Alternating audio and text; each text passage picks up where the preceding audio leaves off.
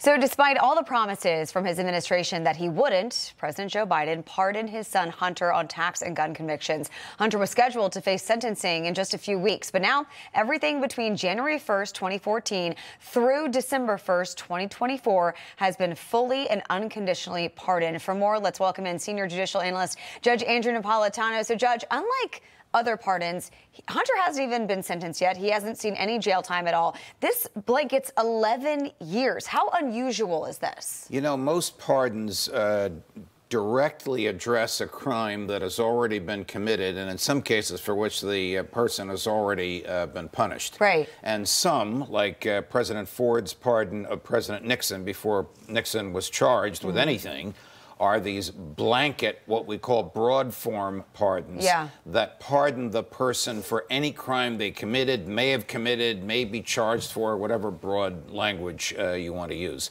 The going back to 2014 is a little excessive because the statute of limitations for federal crimes is 5 years. There are times when the statute is told, meaning when the clock is stopped, if the defendant does things to hide his crime from the government, which very well may be the case here. Here's the downside for Joe, not for Hunter, for Joe. When you are called to testify and you're asked about something that is arguably criminal, you can say, I respectfully decline to answer and assert my Fifth Amendment protected right to remain silent. When you've accepted a pardon, you have no Fifth Amendment right. So, Hunter is being called before a Republican congressional committee. Isn't it true you wrote a check to your father and gave him all of this money, which came from Burisma? I'm truncating what would be a series of questions. He can't decline to answer.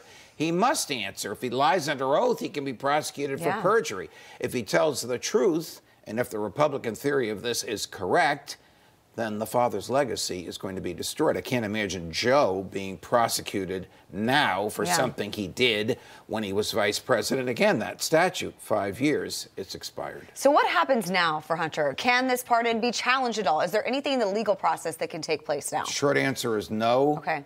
Nothing and no. Okay. It can't be challenged. Nothing will happen to him legally. He's free to go. He is so free to go that under the law, he can say, were you ever indicted, charged, and convicted for tax evasion? He can say no, and that would be a truthful statement because the pardon has totally wiped it out as if it had never happened. So life is good for Now, Hunter here's an odd thing. Donald Trump and Joe Biden agree on the same thing, that the Biden Justice Department has become politicized.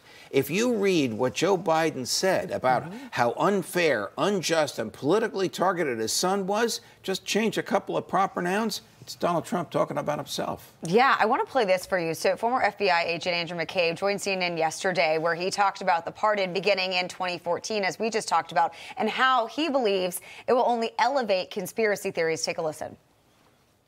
The effect of that very broad 10-year time frame is, ironically, it will perpetuate the conspiracy theories and the accusations around Hunter Biden. They'll never be resolved criminally, but it gives his detractors the opportunity to say, oh, well, he must have done something in 2014 to require a pardon going back that far.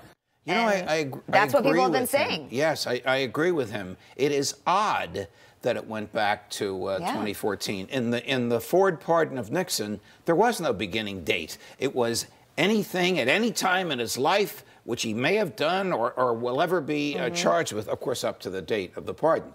You can't pardon somebody in the future. You can only pardon up to the date of the pardon. Good stuff, Judge. Great to have you on. We'll see you in just a few minutes. Again, thanks so much. Information. Truth is freedom.